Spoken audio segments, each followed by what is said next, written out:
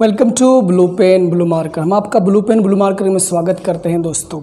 आज हम class 12th का रेनबो 2 का एक चैप्टर लेकर के हम आपके सामने हाजिर हैं। इसको हम समराइज़ करेंगे और वर्बल समरी आपको बताएंगे, छोटे से बिल्कुल क्रिस्प और छोटे रूप में बताएंगे ताकि आपको एग्ज़ाम के लिए भी याद हो जाए और लिखने में भी आपको आसानी होगी। लेकिन इसके बाद हम आपको उसका ये भी करवा देंगे, क्या कहते हैं कि रिटन समरी भी करवा देंगे, फिर आपको दिक्कत नहीं आएगी। और ये क्वेश्चन इंपॉर्टेंट भी है, तो आप पहले इसको समझ लीजिए ये चैप्टर है क्या। हम लोग बात करते हैं द आर्टिस्ट के बारे में। द आर्टिस्ट लिखा हुआ है शिगा नोयाने, जो कि एक जापानीज़ ऑथर हैं। वो आर्टिस्ट के बारे में क्या लिखते हैं, जैसे कि नाम से ही जाहिर है, नाम से ही पता चलता है कि द आर्टिस्ट मतलब एक कलाकार या फनकार। फन या क्या बोलते हैं इसको, कला। तो ये चीज़ कुछ बातों में तो गॉड गिफ्टेड होता है, ये भगवान का दिया होता है, खुदा दादी होता है। कुछ लोग इसमें मेहनत करते हैं तब जाकर बात बनती है।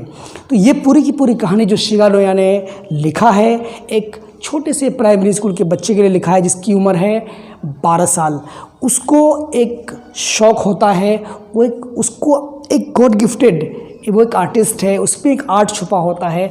वो कैसा आर्ट होता है कि वो क्या करता है, कद्दू को जहाँ भी वो देखता है, जहाँ भी वो उनको गॉड्स देखता है, लौकी देखता है, कद्दू देखता है, उसको ख़रीद लेता है। और वो कद्दू ला करके वो क्या करता है, उस कद्दू को छेद करता है, सारे बीज उससे निकाल लेता है और उसमें चाय की पत्तियों को घुसा देता है, घुसा करके उसको बंद करके रख देता है। और फिर उसके बाहरी जो उसका जो सरफेस है, जो बाहरी उसकी सतह है, उसको पेंट कर देता है। और वो बहुत ही अच्छा लगता है, एक यूनिक सा चीज़, एक अद्वितीय सा एक चीज़ लगता है जो बहुत ही सुहावना लगता है नज़रों को। लेकिन यह बात आती है कि इस कला की पहचान, इस कला की कीमत, इस कला की जो लोगों को, चाहे उसका टीचर हो, चाहे उसके डैड हो या उसकी मम्मी हो, किसी को भी उसकी कला की कोई कदर नहीं होती है। एक दिन इसी तरह से, जिस तरह से एक क्लासरूम में वो छोटा सा कद्दू लेकर के उसको पेंट कर रहा था, उसकी टीचर ने उसको देख लिया और बहुत ही भड़क गया। उसने कहा कि ये क्लासरूम है, ये इस तरह के आलतू फालतू काम करने के लिए नहीं है। और ये उसने उससे वो कद्दू छीन लिया और फिर उसके जो पापा हैं, उसके जो फादर हैं, उसको भी उसने क्या कर दिया, रिपोर्ट कर दिया। उसके पापा उसको एक अच्छा योग्य इंसान, एक ज्ञानी इंसान बनाना चाहते थे, लेकिन उसकी उम्मीदों के ख़िलाफ़, उसके उम्मीदों के बरक्स से भी जो है उसका जो इंटरेस्ट है, उसकी जो रुचि है, दूसरे कला की तरफ हो गया था, जो उसके बाप को बिल्कुल भी पसंद नहीं था। वो भड़क गया और उसके जितने भी कद्दू उन्होंने अपने घर में पेंट करके पहले से रखे थे, उनने एक डंडे से उसको सबको तोड़ ताड़ कर फेंक दिया। और मज़े की बात यह है दोस्तों कि उसका जो टीचर है, उसका टीचर भी उसके घर पर आया था उसकी मॉम को कहने के लिए, क्योंकि उसके डैडी वहाँ उपस्थित नहीं थे।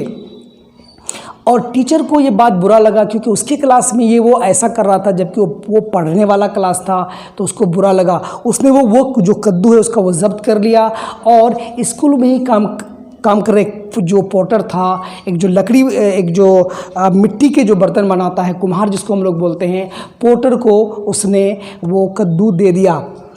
और फिर आगे चलकर मज़े की बात यह है कि वो पोटर उस कद्दू को एक कीरो डीलर को क्या करता है, वो बेच देता है 50 येन में। येन बोलते हैं जापानी पैसा को बोलते हैं, जैसे हमारे यहाँ रुपीस चलता है उसके यहाँ येन चलता है, तो 50 येन में उसको बेच देता है। और फिर कुछ दिनों के बाद वो कीरो डीलर जो है, एक बड़े कलेक्टर, जो वेल्दी कलेक्टर, जो मालदार, जो दौलतमंद कलेक्टर होता है, उसको संग्राहक होता है, वो एंटीक पीस होता है, और फिर वो कीरो डीलर उसको 600 येन में बेच देता है। मतलब सेबी के द्वारा, उस छोटे से बच्चे के द्वारा पेंट किया हुआ जो छोटा सा कद्दू था, जो लौकी था, उस लौकी को 2 लोगों ने बेचा। एक तो पोटर ने बेचा, पोटर ने 50 येन में बेचा। फिर जो कीरो डीलर है उसने उसको 600 येन में किसी वेल्दी कलेक्टर को बेच दिया। तो कहने का मतलब है कि कला की कीमत है, कला बहुत कीमती है। लेकिन ये इसकी पहचान अगर उनके माँ बाप, उनका टीचर या उनके और लोग अगर उनको समझ पाएँ या फिर जान पाएँ तो ये बहुत ही अच्छा हो पाएगा। लेकिन सेबी के केस में ऐसा नहीं हुआ। न ना उनके डैडी ने उसको पहचाना, ना उनकी मम्मी ने, ना ही उसके टीचर ने। और फिर फाइनली क्या हुआ, सबको उसने तोड़ ताड़ कर फेंक दिया। तो यही है पूरी द आर्टिस्ट की कहानी जो कि शिगा नोया ने लिखा है। आपको कैसा लगा हमें कमेंट करके ज़रूर बताइएगा।